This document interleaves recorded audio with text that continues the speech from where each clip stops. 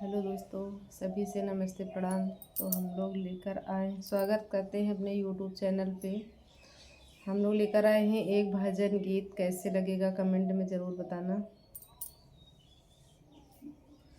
रथ तैयार बारूदन कैला सखिया, रथ तैयार बारूदन कैला सखिया, सोने की थाली में जेवना बनाए, सोने की थाली में जेवना बनाए, जेवना न जेवई बेकल भाई सखिया, जेवना न जेवई बेकल भाई सखिया, रथ तैयार